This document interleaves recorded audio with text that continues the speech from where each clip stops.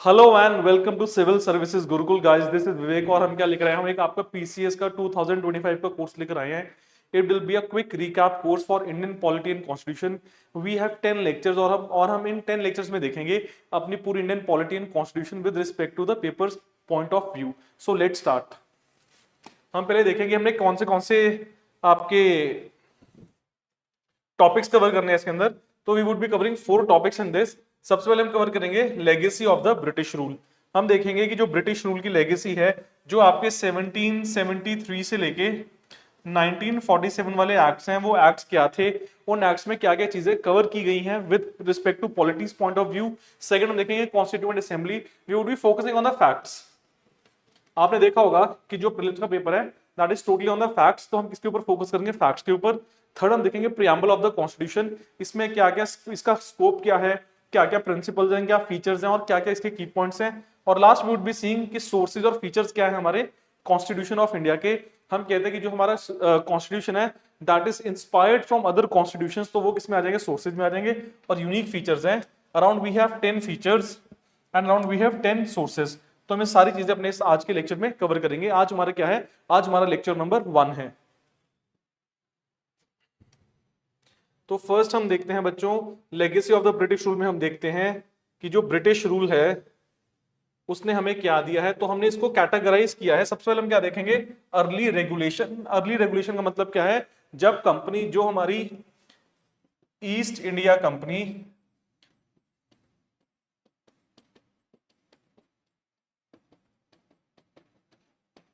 एक private company जो India में आती है और इंडिया में आके रूल करती है, इंडिया में आके रेगुलेट करती है, उसके लिए हमने इसको किस चीज में सेग्रीगेट किया है, अर्ली रेगुलेशन में। सबसे पहले हमारे पास क्या एक्ट आता है, 1773 का। स्टार्टिंग फ्रॉम दिस एक्ट, इसको हम क्या बोलते हैं, रेगुलेटिंग एक्ट। ये क्या था, ये फर्स्ट स्टेप था किस चीज के लिए, कि जो पार्लियामेंट है, अभी कहां पे पार्लियामेंट, कौन सी पार्लियामेंट की बात कर रहे हैं, ब्रिटेन।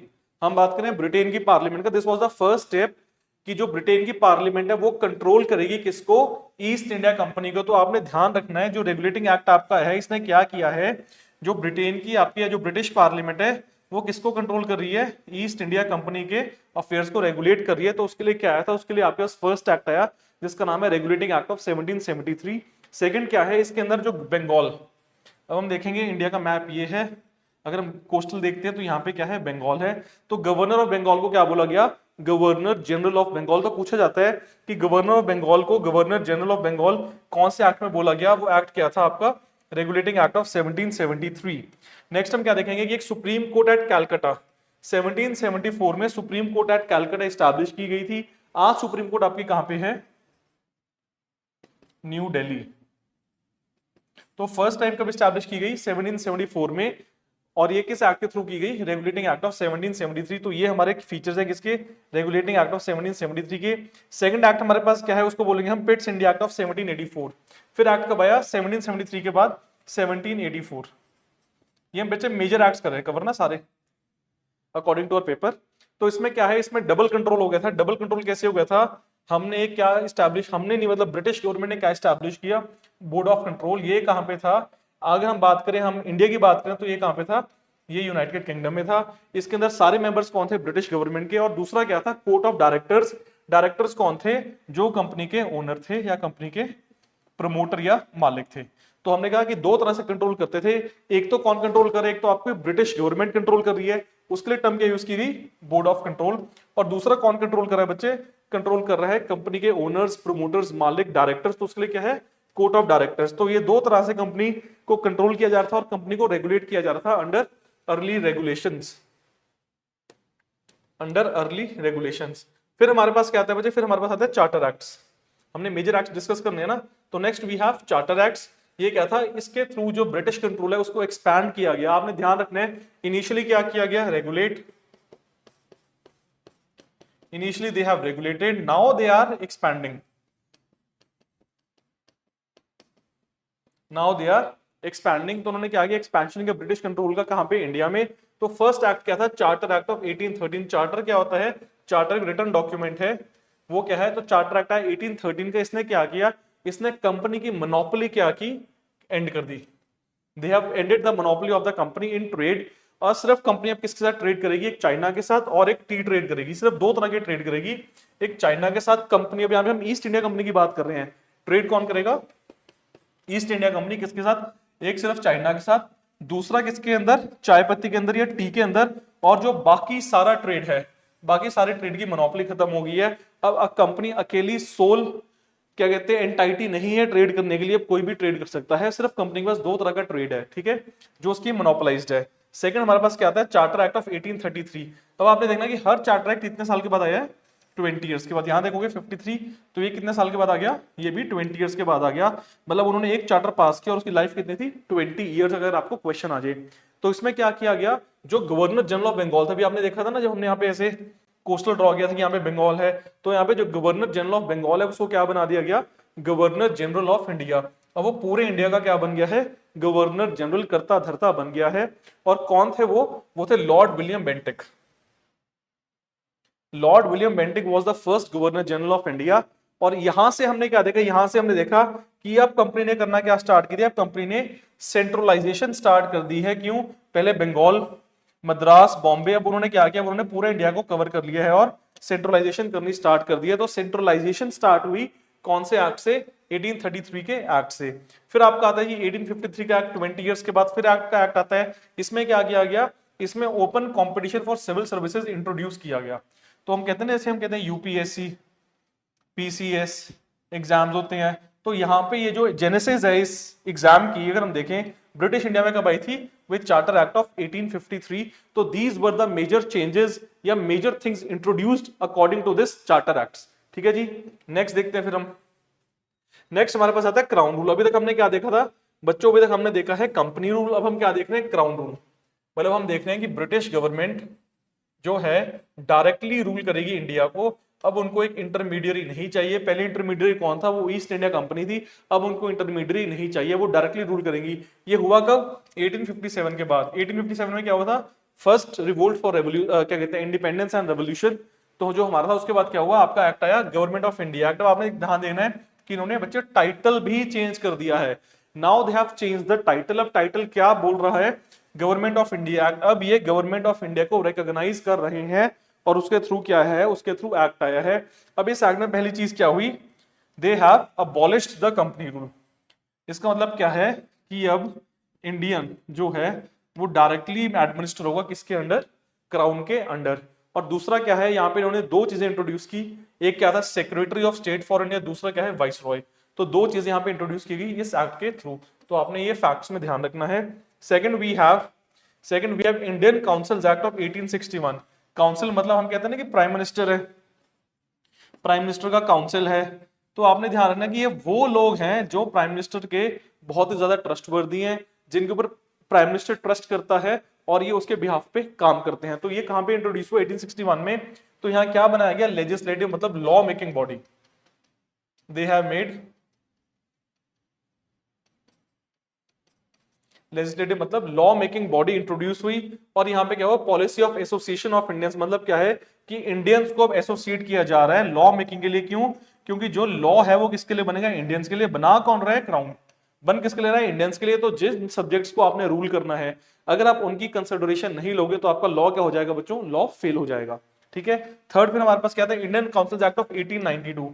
तो ये क्या था, इसके through first indirect election start हुए, इंट्रोड्यूस हुए इंडिया में। अब आपने देखना है कि क्यों इंट्रोड्यूस हुए 1892 में, क्योंकि 1885 में बच्चों कांग्रेस बन चुकी है। और कांग्रेस ने क्या किया है, एओ ह्यूम वाज द फाउंडर। तो कांग्रेस ने क्या किया, कांग्रेस ने अब प्रेशर डालना स्टार्ट कर दिया किसके ऊपर, ब्रिटिशर्स के ऊपर, कि हमें भी इनडायरेक्ट इलेक्शन के थ्रू पार्टिसिपेट करना है। तो फर्स्ट इनडायरेक्ट इलेक्शन स्टार्ट हुआ 1892 के एक्ट के थ्रू। ठीक है जी, तो ये तीन चेंजेस आए। फिर आपका आता है जी टुवर्ड्स रिस्पॉन्सिबल गवर्नमेंट। उसके बाद सरकार को ध्यान आया कि हमें क्या करना है, हमें रिस्पॉन्सिबल काम करना है। तो थोड़े और एक्ट्स आए। तो फर्स्ट एक्ट आपका था 1909, इसको बोलते हैं इंडियन काउंसिल्स एक्ट। तो इसमें क्या था, मॉरल मिंटो रिफॉर्म्स है, सेपरेट इलेक्टोरेट्स फॉर मुस्लिम्स। अब यहाँ पे जो मुस्लिम कम्युनिटी है हमारी, जो मुस्लिम भाईचारा है, उन्होंने क्या बोला, उन्होंने बोला कि हमें सेपरेट इलेक्टोरेट चाहिए। हमें अपने जो इंटरेस्ट है, हमने उसको क्या करना है, उसको रियलाइज करवाना है, अपने पोटेंशियल को हमें एक्सरसाइज करना है। तो हमें उसके लिए क्या चाहिए, सेपरेट इलेक्टोरेट। और हम क्या बोलते हैं कि यहाँ पे divide and rule, seeds of separation, ये सारे ही यहाँ पे इस टाइम पे ब्रिटिश गवर्नमेंट सो कर चुकी है, जिसको हम रीप करेंगे 1947 में with the ruthless and heartless partition of India and Pakistan. ठीक है जी। Second we have government of India 1919। इसमें क्या था, dyarchy in provinces bicameralism at centre. अब दो हाउसेस की बात कर रहे हैं, जैसे हम कहते हैं ना लोकसभा राज्यसभा दो हाउसेस हैं, तो बाय कैमरलिज्म हुआ और डायरकिन डबल रूल आ गया कहां पे, प्रोविंसेस में। प्रोविंसेस क्या है, प्रोविंसेस वो एरिया है जिनको कौन रूल करता है, राजा, पर वो किसको अलाइंड है, वो है ब्रिटिश गवर्नमेंट को अलाइंड है। वो कहते हैं कि हम अपनी पॉलिटिकल पावर जो हम यूज कर रहे हैं वो हम किसके अंडर यूज कर रहे हैं, वो हम यूज कर रहे हैं ब्रिटिश गवर्नमेंट के अंदर। तो प्रोविंसेस क्या है, प्रोविंसेस वो एरियाज हैं जहां पे तब उस टाइम पे देखो 1919 की बात करें, they were ruled under kings and princes, तो उनको हमने क्या बोला, प्रोविंसेस। ठीक है जी। फिर क्या आता है आपका गवर्नमेंट ऑफ इंडिया 1935। ये क्या था, ये ब्लूप्रिंट था इंडियन कॉन्स्टिट्यूशन का। जो बच्चों आज आप इंडियन कॉन्स्टिट्यूशन देख रहे हो उसका ब्लूप्रिंट हमें कहां मिलता है, गवर्नमेंट ऑफ इंडिया 1935। इसको बोलते हैं मिनी कॉन्स्टिट्यूशन। इसको क्या बोलते हैं, मिनी कॉन्स्टिट्यूशन। क्यों, क्योंकि बहुत चीजें इसके अंदर है जो आज हम कॉन्स्टिट्यूशन में देख रहे हैं। तो सबसे पहले क्या है, प्रोविंशियल ऑटोनॉमी की स्टेट्स, जो छोटे प्रोविंसेस हैं, स्टेट्स हैं, उनके पास अपनी ऑटोनॉमी होगी सेल्फ रूल की। दूसरा क्या है, फेडरल स्कीम। उस टाइम पे इंप्लीमेंट नहीं हुई थी, बाद में हमने इसको इंप्लीमेंट किया, प्योरली नहीं किया पर हमने पार्शली किया आफ्टर इंडिपेंडेंस। तो इसमें क्या था कि स्ट्रॉन्ग सेंटर है और बाकी क्या है, बाकी आपकी स्टेट गवर्नमेंट्स है। और फिर क्या था, फेडरल कोर्ट स्टैब्लिश हुआ कहां पे, 1937 में। इसका मतलब क्या है, जो आपका सुप्रीम कोर्ट था उसको क्या बोलते थे, फेडरल कोर्ट। क्यों, क्योंकि वो पावर शेयर करता था। तो ये चीजें आपकी किसके अंदर आई, रिस्पॉन्सिबल गवर्नमेंट के टाइम पे। आपको ना सारी स्लाइड्स मिलेंगी, ठीक है, हमारे पास टेलीग्राम ग्रुप है ना, तो will put this slider into that Telegram group and you can access the slides. ठीक है। तो फिर हम आते हैं Indian independence act. Last act हमारे पास क्या है, इंडियन इंडिपेंडेंस एक्ट ऑफ 1947। इसमें क्या है, इसमें हमारा रूथलेस एंड हार्टलेस पार्टीशन हुआ किसका, इंडिया का। ठीक है जी। इंडियन सब कॉन्टिनेंट को क्या किया गया, पाकिस्तान और इंडिया में दो हिस्सों में डिवाइड कर दिया गया। दोनों को क्या बनाया गया, डोमिनियन स्टेटस दिया गया इंडियन पाकिस्तान को। थर्ड क्या है कि जो हमारी कॉन्स्टिट्यूएंट असेंबली है वो सॉवरन बन गई आफ्टर द पार्टीशन। अब आपने ध्यान रखना, जो कॉन्स्टिट्यूएंट असेंबली है वो क्या है, वो बॉडी है जिसने कॉन्स्टिट्यूशन को बनाया है कंट्री के लिए। हमने यहाँ पे वर्ड यूज किया सॉवरन, मतलब आजाद, की किसी और थर्ड पार्टी का इन्फ्लुएंस नहीं है। जब हमारी कॉन्स्टिट्यूएंट असेंबली बनी थी, ये जब इस आइडिया का जेनेसिस हुआ था, ईयर वाज 1946। उस टाइम पे country was not independent, so body was not independent. क्यों, क्योंकि यहाँ पे जो मेंबरशिप थी वो ब्रिटिशर्स की थी और इंडियंस की थी। तो ये जो हमारी बॉडी है कॉन्स्टिट्यूएंट असेंबली 1946, जब ये आइडिया क्या कहते हैं जेनेसिस में आया था, या आइडिया स्टार्ट हुआ था, तब ये बॉडी सॉवरन नहीं थी। हाँ, आफ्टर 1947 इट बिकेम सॉवरन। क्यों, क्योंकि ब्रिटिश रूल हमारी कंट्री के ऊपर से खत्म हुआ तो हम इंडिपेंडेंट हुए, तो ये बॉडी भी क्या हुई, इंडिपेंडेंट हुई।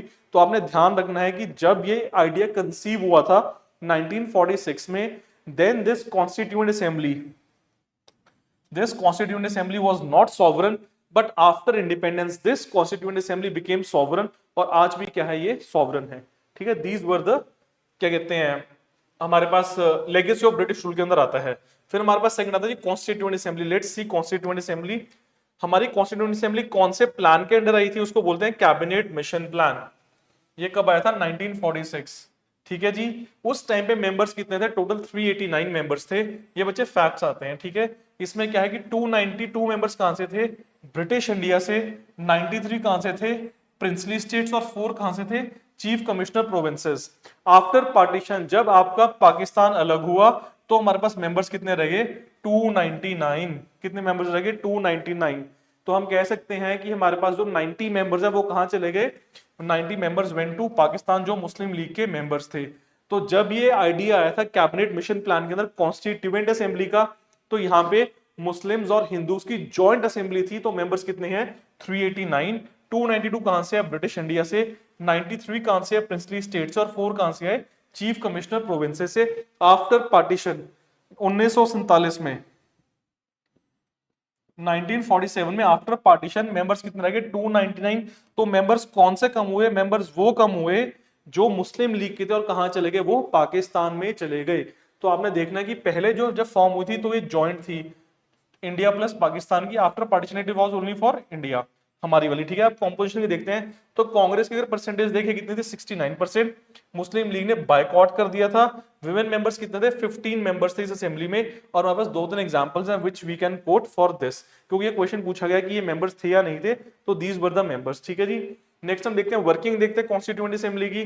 तो फर्स्ट मीटिंग इनकी कब हुई 9 दिसंबर 1946 को, और डॉक्टर सच्चिदानंद सिन्हा को क्या बनाया गया टेम्पररी चेयरमैन। उसके बाद डॉक्टर राजेंद्र प्रसाद क्या बन गए प्रेसिडेंट बन गए एंड परमानेंट चेयरमैन, ठीक है जी। एच.सी. मुखर्जी और वी.टी. कृष्णमाचारी क्या थे इनके वाइस प्रेसिडेंट थे, if we see the facts, ठीक है जी। फर्स्ट मीटिंग 9 दिसंबर को हुई, फर्स्ट सेशन हुआ 11 दिसंबर को, फिर 13 दिसंबर को। टाइमलाइन देखें, इन्होंने क्या किया, इन्होंने ड्राफ्ट प्रेजेंट किया किसका कॉन्स्टिट्यूशन का, कब 1948। अब आपने ये नहीं कहना कि ये काम नहीं करती थी, ये बहुत स्लो थी। सरकमस्टांसेस क्या थे, 46 में बनी है दिसंबर में, और आपको नवंबर में 1948 में ड्राफ्ट दे दिया है। तो you have to realise one thing, 47 में वी हैड पार्टीशन, और जो स्कार्स ऑफ पार्टीशन है that were very deep, very hurtful, तो उनको टाइम लगा। हमने कॉन्स्टिट्यूशन अडॉप्ट कब किया है 26 नवंबर 1949, इसको बोलते हैं 26 नवंबर को क्या बोलते हैं हम अपना कॉन्स्टिट्यूशन डे। कॉन्स्टिट्यूशन एनफोर्स कब किया हमने रिपब्लिक डे पे, वो क्या डेट है 26 जनवरी 1950। टाइम एंड कॉस्ट की बात करें तो कितना टाइम लगा 2 years 11 months and 18 days, और उस टाइम पे कॉस्ट कितनी थी 64 लाख रुपीस। आज से 79 ईयर्स पहले कॉस्ट कितनी थी 64 लाख रुपीस। तो हमने ध्यान रखना है, हम कहते हैं 75 ईयर्स पहले कितनी कॉस्ट थी 64 lakh rupees. It was very costly. अगर हम आज इसको एडजस्ट करेंगे इन्फ्लेशन के लिए तो ये कॉस्ट हमारी करोड़ में पहुंच जाएगी, ठीक है जी। नेक्स्ट वी विल सी की कमिटीज कितनी थी कॉन्स्टिट्यूशन की, there were 8 major and 13 minor committees. तो we have some committees to quote, इसके अंदर वी हैव सम कमिटीज, तो हम कमिटीज देखते हैं। तो कमिटीज हमारे पास आती हैं, पहली आपकी क्या है ड्राफ्टिंग कमेटी, जिसने कॉन्स्टिट्यूशन को ड्राफ्ट किया। चेयरमैन कौन थे उसके, डॉक्टर बी आर अम्बेडकर, जिसको बोलते हैं फादर ऑफ कॉन्स्टिट्यूशन। फिर आप कहते हैं यूनियन पावर्स कमेटी, जिन्होंने बोला कि कौन से जो यूनियन गवर्नमेंट है क्या क्या उसमें पावर्स होंगी, इनको किसने चेयर किया, जे.एल. नेहरू, या फर्स्ट प्राइम मिनिस्टर। फिर हमारे पास आता है फंडामेंटल राइट्स की कमिटीज, हमारे सरदार पटेल, सरदार वल्लभ भाई पटेल, आयरन मैन कह सकते हैं इनको। फिर आपकी advisory committee on minorities, minorities का ख्याल किसने रखा, वो भी सरदार पटेल जी ने। फिर अदर कमेटीज में हमारे पास क्या यूनियन कॉन्स्टिट्यूशन कमेटी है, प्रोविंशियल कॉन्स्टिट्यूशन कमेटी है। You have to refer to your book for this committees, क्योंकि कभी कभी जो आपकी बुक है उसमें आपको पास सारी कमिटीज दे रखी होंगी। हम क्विक रिकैप में सारी कमिटीज नहीं करते, हमने मेजर कमिटीज की हैं अकॉर्डिंग टू आवर एग्जाम। तो यू हैव टू सी कि जो आपकी कमिटीज है, you have to just go through the committees so that you may not miss any question which may arise from these committees, ठीक है जी। तो committees is important. फिर हम बात करते हैं प्रियम्बल की। प्रियम्बल आपका क्या है, प्रियम्बल को हम बोल देते हैं समरी, प्रियम्बल को हम बोल देते हैं इंट्रोडक्शन, प्रियम्बल को हम बोलते हैं कॉस्मेटिक पार्ट। तो प्रियम्बल क्या है, प्रियम्बल एक कॉन्स्टिट्यूशन के बारे में हमें बताता है कि कॉन्स्टिट्यूशन क्या है। अब अगर आपके पास टाइम नहीं है कि you may read all the 395 articles, 12 parts and 12 schedules and 22 parts, अगर आप नहीं पढ़ सकते तो you can just refer to the preamble. Preamble क्या, प्रियम्बल प्रीमाइस है कॉन्स्टिट्यूशन का, ये बताता है कि कॉन्स्टिट्यूशन बनाया किसने है, कॉन्स्टिट्यूशन बनाया क्यों है। अगर कोई दिक्कत आती है लोगों को तो where they have to approach, अगर गवर्नमेंट को दिक्कत आती है तो how they can resolve the matter. तो सारी चीजें कहां लिखी है कॉन्स्टिट्यूशन की प्रियम्बल में, और प्रियम्बल 1 पेजर है। तो हम इसको बोल देते हैं समरी भी है, इंट्रोडक्शन भी है, कॉस्मेटिक पार्ट भी है। प्रियम्बल पढ़ते हैं, इसका अगर हम टेक्स्ट पढ़े तो क्या कहते हैं, it introduces the constitution, declares ideals and objectives. ये बताता है कि कॉन्स्टिट्यूशन क्या है। हम कहते हैं we the people of India hereby solemnly, तो हम कहते हैं कि जो हम लोग हैं we the people we are giving ourself our constitution. तो सोर्स ऑफ कॉन्स्टिट्यूशन कहां से पता लगता है, प्रियम्बल से, और वो कौन है, वो है we the people of India, Bharat के नागरिक, ठीक है जी। फिर ये क्या बताता है कि ये बताता है कि कॉन्स्टिट्यूशन में क्या क्या आइडियल्स हैं और किन किन ऑब्जेक्टिव्स के ऊपर कॉन्स्टिट्यूशन बना है। सेकंड बात करें फिलोसफी की, तो हमारे पास ऑब्जेक्टिव रेजोल्यूशन था 1946 में जो नेहरू जी ने फॉरवर्ड किया था। वो क्या था, वो फिलोसफी थी कि जो हमारी कंट्री है, अब जो ब्रिटिशर जा रहे हैं तो 1947 के बाद जो हमारी कंट्री है उसके क्या क्या ऑब्जेक्टिव्स होंगे, वो किसमें लिखे थे, ऑब्जेक्टिव रेजोल्यूशन में। एज इट इज जो मेजर ऑब्जेक्टिव हमने कैरी फॉरवर्ड किए और एज अ फिलोसफी हमने इंट्रोड्यूस किए किसके अंदर, प्रियम्बल के अंदर। थर्ड हमारे पास कुछ कीवर्ड्स है प्रियम्बल में, पहला क्या, sovereign, socialist, secular, democratic, Republic. तो 5 कीवर्ड्स मेजर हैं, sovereign, socialist, democratic, secular, Republic. उसके बाद हमारे पास आइडियल्स हैं, वो कौन से हैं, justice, liberty, equality and fraternity. अब सॉवरन क्या होता है? सॉवरन का मतलब होता है कि हम इंडिपेंडेंट है अपना डिसीजन लेने के लिए। अगर हमें अपने इंटरनल या एक्सटर्नल मैटर्स में कोई भी डिसीजन लेना है, so that will be our sole decision, हम खुद लेंगे, हमारी कंट्री खुद लेगी। हमारी कंट्री को किसी थर्ड कंट्री के ऊपर डिपेंड होने की जरूरत नहीं है और ना ही उनसे पूछने की जरूरत है। अगर कोई डिसीजन हमारे हक के लिए है, if it is in the interest of ourselves, then we have to take the decision, nobody can guide us. That means sovereign being independent. Socialist का मतलब क्या है? There will be a mix market, मतलब private और public दोनों साथ साथ काम करेंगे। और जो सोशल फैब्रिक है सोसाइटी का, that will not be distorted, उसके अकॉर्डिंग काम होगा, उसके अगेंस्ट कोई भी काम नहीं होगा। फिर आपका आता है सेक्युलर। सेक्युलर का मतलब क्या है? कि कंट्री का कोई भी ऑफिशियल रिलीजन नहीं है। Country does not have a official religion. जितने भी रिलीजन अराउंड द वर्ल्ड हैं, अगर वो इंडिया को अपना होम बनाना चाहते हैं, they can make India their home and India will respect that thing. पर लॉ एंड ऑर्डर, ह्यूमैनिटी और क्या कहते हैं आपका सोसाइटी में कोई भी प्रॉब्लम नहीं होनी चाहिए उस चीज से। थर्ड आप फिर आपका आता है डेमोक्रेटिक। डेमोक्रेटिक का मतलब क्या है? कि जो हमारी कंट्री है उसमें जो लोग हैं they will elect the government. और रिपब्लिक का मतलब क्या है? कि हेड ऑफ द गवर्नमेंट है वो इलेक्टेड होगा, वो हेरिडिटरी या मोनार्क नहीं होगा। तो ये चीजें कहां पे लिखी हैं? प्रियम्बल में लिखी हैं। देन वी हैव क्या कहते हैं आइडियल्स हैं, वो क्या है? जस्टिस। जस्टिस मतलब कि आपको राइट टू इक्वालिटी मिलेगा, सोशल इकोनॉमिक आपको जस्टिस मिलेगा, पॉलिटिकल जस्टिस मिलेगा, लिबर्टी, आप फ्री हो, freedom of thought and expression आपके पास, आप जो सोचना चाहो जैसे करना चाहो इन the interest of the nation आप वो चीजें कर सकते हो। फिर आपके पास क्या? इक्वालिटी। इक्वालिटी ऑफ अपॉर्चुनिटी है, इक्वालिटी ऑफ रिप्रेजेंटेशन है, वो आप एक्सरसाइज कर सकते हो। देन यू हैव फ्रैटर्निटी की यूनिवर्सल ब्रदरहुड है, आप एक दूसरे से क्या करोगे? लड़ाई नहीं करोगे। और जो कंट्री है वो सारे लोगों की है, तो everybody enjoys all the rights and duties of as a citizen. Next we have amendability, कि क्या प्रियम्बल अमेंड कर सकते हैं? तो we have two case studies. अगर पहला देखें तो पहला क्या है? Berubari union case 1960। Initially supreme court ने क्या बोला था? ये जो केस स्टडीज है ना, ये जुडिशरी देती है। कौन देता है? जुडिशरी देती है। हमारे पास तीन ऑर्गन्स हैं। लेजिस्लेचर बच्चे वो क्या करता है? लॉ बनाता है। एग्जीक्यूटिव जिसको हम बोलते हैं सरकार, हम कहते हैं सरकार कोई काम नहीं करती, गवर्नमेंट, वो लॉ को इंप्लीमेंट करते हैं। फिर हमारे पास क्या है? जुडिशरी, वो लॉ को इंटरप्रेट करता है कि लॉ ठीक है या गलत है। ठीक है जी। तो हम अमेंडेबिलिटी देखते हैं कि क्या कॉन्स्टिट्यूशन, क्या प्रियम्बल अमेंड हो सकता है। तो 1960 में बेरूबरी यूनियन केस में बोला गया, इनिशियली हेल्ड की preamble is not a part of constitution. So preamble को हम क्या करेंगे? अमेंड नहीं कर सकते, सॉरी कर सकते हैं, क्योंकि ये पार्ट नहीं है कॉन्स्टिट्यूशन का। फिर हमारे पास केस आया 1973 का, वो क्या था? केशवानंदा भारती केस, केरला का केस था बच्चे। ये लैंडमार्क जजमेंट है, हम आगे जाके देखेंगे। इसमें क्या था? Preamble is a part of constitution. Supreme court ने 1960 की जजमेंट को ओवरटर्न किया और बोला कि प्रियम्बल क्या है? पार्ट है कॉन्स्टिट्यूशन का। It can be amended but not the basic structure. अब यहाँ पे उन्होंने एक टर्म इंट्रोड्यूस कर दी, बेसिक स्ट्रक्चर। बेसिक स्ट्रक्चर क्या है? बेसिक स्ट्रक्चर वो फाउंडेशनल प्रिंसिपल्स हैं, basic structure is that foundational principle जिसके बेसिस के ऊपर हमारा कॉन्स्टिट्यूशन आज भी स्टैंड करता है और अपने आप को सॉलिडिफाई करता है। तो हमने बोला कि जो भी फीचर्स हमारे कॉन्स्टिट्यूशन के हैं वो सारे बेसिक स्ट्रक्चर के अंदर आएंगे। आपने प्रियम्बल अमेंड करना है, करो, कोई दिक्कत नहीं है, पर जो भी बेसिक स्ट्रक्चर होगा कॉन्स्टिट्यूशन का, जो भी प्रेमाइस होगा, जो भी फाउंडेशनल प्रिंसिपल्स हैं, आप उसको डिस्टॉर्ट या अमेंड नहीं करोगे। फिर क्वेश्चन रेज हुआ कि कौन बताएगा कि क्या चीज किसकी बेसिक स्ट्रक्चर है? तो सुप्रीम कोर्ट ने बोला कि जुडिशरी आपको बताएगी विद देयर जजमेंट्स कि कौन सी चीजें बेसिक स्ट्रक्चर कॉन्स्टिट्यूट करती हैं, और पार्लियामेंट बताएगा कि कैसे प्रियम्बल को अमेंड करना है। क्यों? क्योंकि पार्लियामेंट क्या है? Parliament is a law making body, judiciary is a law interpretation body. तो दोनों में उन्होंने बोला कि हमारी सेपरेशन ऑफ पावर्स है। तो आप कॉन्स्टिट्यूशन अमेंड करो, प्रियम्बल अमेंड करो, कोई दिक्कत नहीं है, पर आपने बेसिक स्ट्रक्चर को बच्चे टच नहीं करना है। फिर नेचर की बात करें प्रियम्बल की, क्या? नॉट एनफोर्सेबल इन कोर्ट, आप कोर्ट नहीं जा सकते अगर कोई भी चीज आपकी फुलफिल ना हो, but helps in constitutional interpretation. हाँ, अगर कॉन्स्टिट्यूशन में कोई दिक्कत है तो वो इंटरप्रेट हो सकता है, पर ये नहीं कि आप प्रियम्बल को लेकर कोर्ट चले जाओगे। क्यों? क्योंकि वो सिर्फ आइडियल्स एंड फिलोसफी है। हाँ, अमेंड हो सकता है पर बेसिक स्ट्रक्चर डिस्टॉर्ट नहीं हो सकता। फिर हम देखते हैं sources and features of Indian constitution, हमारा आज का लास्ट टॉपिक है। तो हम देखेंगे सबसे पहले हमारे पास क्या है। हमने बात की थी मिनी कॉन्स्टिट्यूशन की, that was your government of India 1935। हमने यहाँ से क्या क्या फीचर्स दिए? हमने फेडरल सिस्टम लिया, मतलब डिस्ट्रीब्यूशन या division of power between centre and state. हमने ऑफिस ऑफ गवर्नर यहाँ से लिया, हमने पब्लिक सेक्टर कंपनीज के बारे में यहाँ से बात की, और हमने इमरजेंसी प्रोविजन हमने यहाँ से लिए। ठीक है जी। फिर हम बात करते हैं यूके के कॉन्स्टिट्यूशन की, ब्रिटेन के। हमने यहाँ से पार्लियामेंट्री सिस्टम लिया, रूल ऑफ लॉ लिया, कैबिनेट कैसे रिस्पॉन्सिबल है वो लिया, और हमने रेड ज्यूरिसडिक्शन आर्टिकल 32 की यहाँ से हमने बात की। फिर हम बात करेंगे यूएस के कॉन्स्टिट्यूशन से, हमने यहाँ से फंडामेंटल राइट्स का कॉन्सेप्ट लिया, जुडिशियल रिव्यू, जुडिशरी कैसे अपने डिसीजन को रिव्यू कर सकती है, कैसे आप किसी पर्सन को इम्पीच कर सकते हो, हटा सकते हो, वाइस प्रेसिडेंट का ऑफिस, आपको पता है कि अभी वाइस प्रेसिडेंट के इलेक्शन हुए हैं।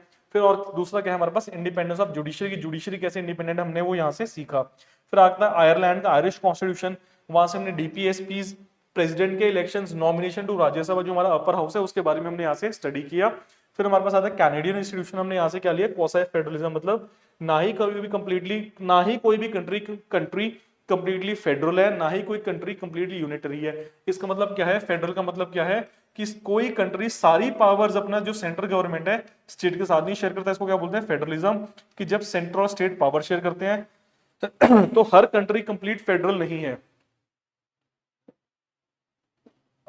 दे हैव टू सी कि क्या क्या चीजें एक कंट्री का जो सेंट्रल गवर्नमेंट है वो स्टेट के साथ शेयर करेगी, तो उसको बोलेंगे फेडरलिज्म। और ना ही कोई भी कंट्री कंप्लीटली यूनिटरी, इसका मतलब क्या है कि सारी पावर सेंटर के पास है, वो कोई शेयर नहीं कर रहा। तो हमने बोला कि ऐसा नहीं है, हमारी जो कंट्री है वो क्या है, वो क्वासी फेडरल है। इसका मतलब क्या है कि जब जरूरत पड़ती है तो वो पावर स्टेट गवर्नमेंट के साथ शेयर कर देता है सेंटर, और जब सेंटर को लगता है कि पावर नहीं शेयर करनी तो वो स्टेट को कंट्रोल कर लेता है, सारी पावर अपने पास रखता है।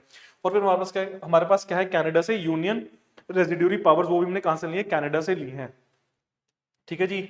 नेक्स्ट फिर देखते हैं हमने ऑस्ट्रेलिया से क्या क्या लिया। ऑस्ट्रेलिया से हमने लिया the concept of concurrent list. हमारे पास 3 लिस्ट हैं, union list, state list and concurrent list. हमने यहां से क्या लिया, हमने कॉन्सेप्ट लिया कॉन्करेंट लिस्ट से। यूनियन लिस्ट क्या है, जिसपे यूनियन गवर्नमेंट लॉ बनाएगी उन सब्जेक्ट के ऊपर, स्टेट में स्टेट गवर्नमेंट बनाएगी, और कॉन्करेंट क्या है, कॉमन सब्जेक्ट्स हैं जिसके ऊपर दोनों ही लॉ बना सकते हैं।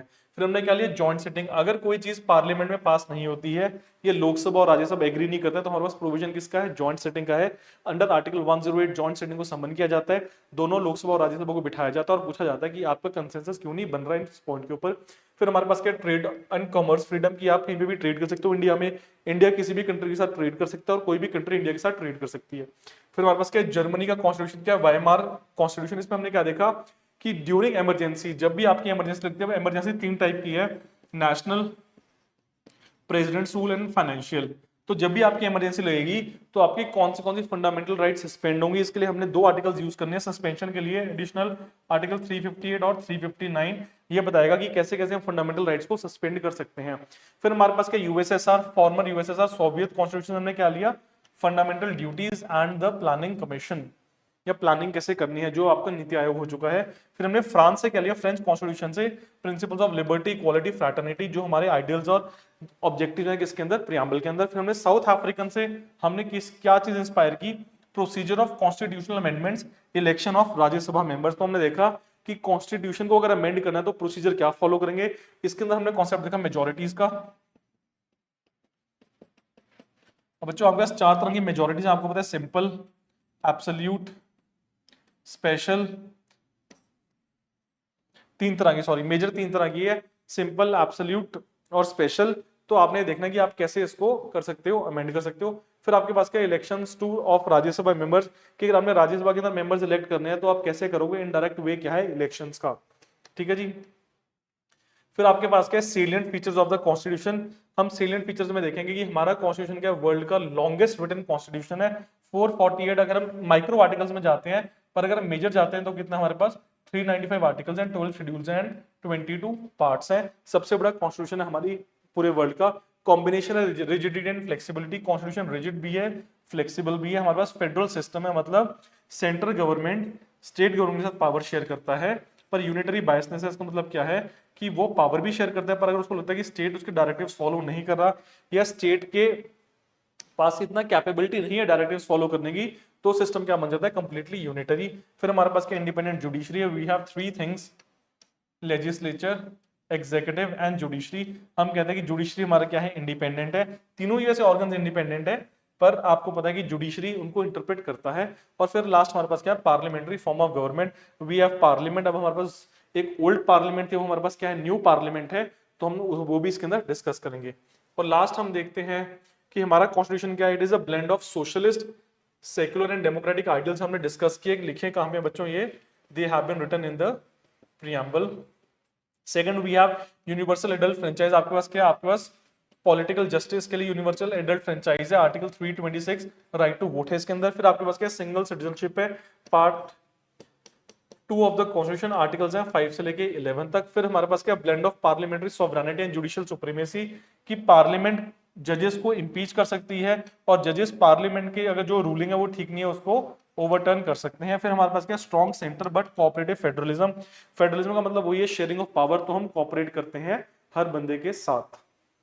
क्विक रिकैप में देखिए हमने क्या स्टडी किया बच्चों, आज हमने स्टडी किया 1773 से लेके 1947 के की कॉन्स्टिट्यूशनल डेवलपमेंट क्या है। फिर हमने स्टडी किया कि हमारी जो कॉन्स्टिट्यूएंट असेंबली है वो कंपोज कितनी है, कितने मेंबर्स थे, कौन सी कमिटीज हैं, ड्राफ्टिंग की टाइमलाइन कितनी, 2 साल 11 महीने 18 दिन। हमने फिर देखा प्रियम्बल के बारे में, फिर हम देखा सोर्सेज एंड फीचर्स। तो this was our first lecture on quick recap of PCS 2025 Indian polity and constitution. We have around 10 lectures और हम डेली एक लेक्चर से देखेंगे कि जो हमारी पॉलिटी है वो कितनी इजी है और हम मैक्सिमम मार्क्स अपने सिक्योर करने की ट्राई करेंगे। Thank you so much.